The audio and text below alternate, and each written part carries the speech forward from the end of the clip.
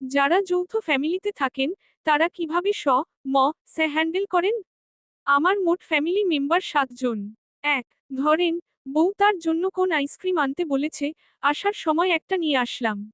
এখন নিজের কাছেই খুঁতখুঁতো লাগে যে বাসায় আব্বু আম্মু আছে, তাদের নিয়ে খেতে পারলে ভালো লাগতো, কিন্তু সবার জন্য কিনার সামর্থ্য নেই।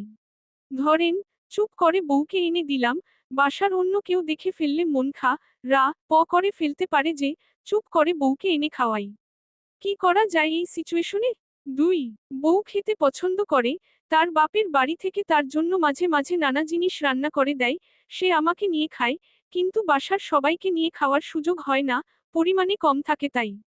কি করা যায় এই সিচুয়েশনে? 3, বাড়িতে ছোট ভাই থাকে, যথেষ্ট বি করে, কিন্তু মা সব সময় তার পক্ষেই থাকে। বাসায় কোন জিনিস আনলে মা সব সময় তার জন্য আগে নেয়, তার টান বেশি টানে, কি করা যায় এই সিচুয়েশনে? 4, বাবা মা অনেক ক্ষেত্রেই থাকেন, অথচ ল বলা যায় না, মনে নেন, বুঝাতে চাইলে বুঝো নেন না, কি করা যায় এই সিচুয়েশনে? নোট, আলাদা হতে চাই না, উনারা বয়স্ক মানুষ, সুস্থ থাকেন, আলাদা হওয়া সম্ভব না। আমি জাস্ট করণীয় জানতে চাচ্ছি। নমস্কার। এর থেকে বড় নাম প্রকাশে অনিচ্ছুক।